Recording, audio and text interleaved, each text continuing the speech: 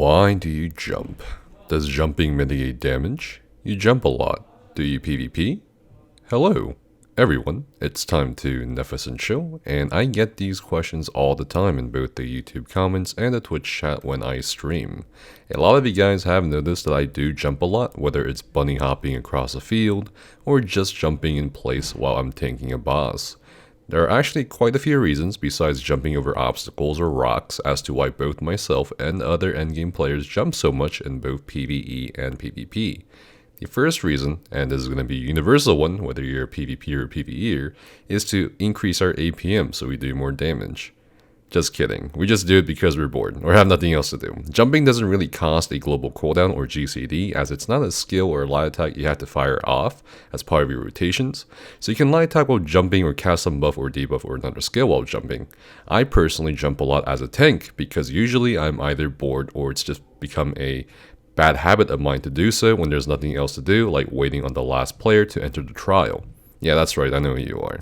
The second reason, and this pertains to PvE, in particular tanking, is that when you do jump, you can actually aim your crosshairs or reticle over the hitbox of the target in front of you to target something else behind the target or behind the target off to the side for just a split second. It takes a while to get this down after a while, but you start feeling the hitboxes eventually, as weird as that sounds. You guys have probably noticed me jumping a lot, and when you watch me do like Vet Sanctum Ophidia, or the Twins fight in VMA, or Sunspire, or whatever that has a bunch of ads that need to be pulled in or taunted with a ranged taunt, especially if I need to do so without moving out of position, because if it's an ad or boss that can cleave the group if I move sideways, that's just bad news bears for the rest of the team.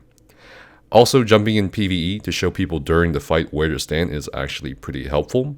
Now, I have heard that when you jump with the Locusty's beam AoE on you, you mitigate the damage, but that's not true. So, I'm sure a lot of you are also familiar with the stereotype of Magicka sorcerers in PvP jumping a lot as they frag you down, but the incessant jumping can be seen from other endgame PvPers on different classes while they're dueling or 1vxing or just PvPing in general.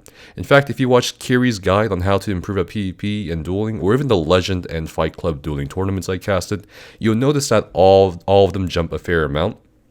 The third reason why a lot of players jump, and this pertains to PvP, is a combination of the first reason of being bored or a habit, and the reason of movement with a whole bunch of other stuff. By movement, I'm referring to how jumping can actually disorient or make it harder for a lot of players to target you depending on the distance.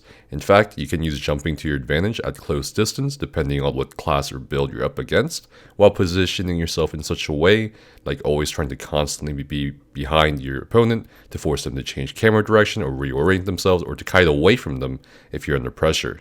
In addition, not a lot of people actually use tab target or cycle through their preferred enemy hitboxes to better target them in ESO, so what ends up happening is that when a person is moving around while jumping, some of the people's light attacks and skills can't hit them or miss them.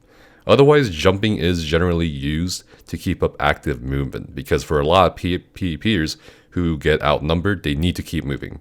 This is why certain traits like Swift or the new Mythic Ring, the Wild Ring, Ring of the Wild Hunt, in combination with line of sighting, is absolutely critical to not dying in PvP when you're up against multiple people by yourself, or if your group is outnumbered. Moreover, jumping can be distracting enough to a lot of players to not notice what their opponents may be weaving in with their abilities in terms of character animations. Jumping can also give a clear indication of when you get stunned or CC'd. So imagine if you get stunned by a reverberating bash while midair, you just know or feel a bit more faster that you got stunned as opposed to maybe while you're standing still or moving on the ground.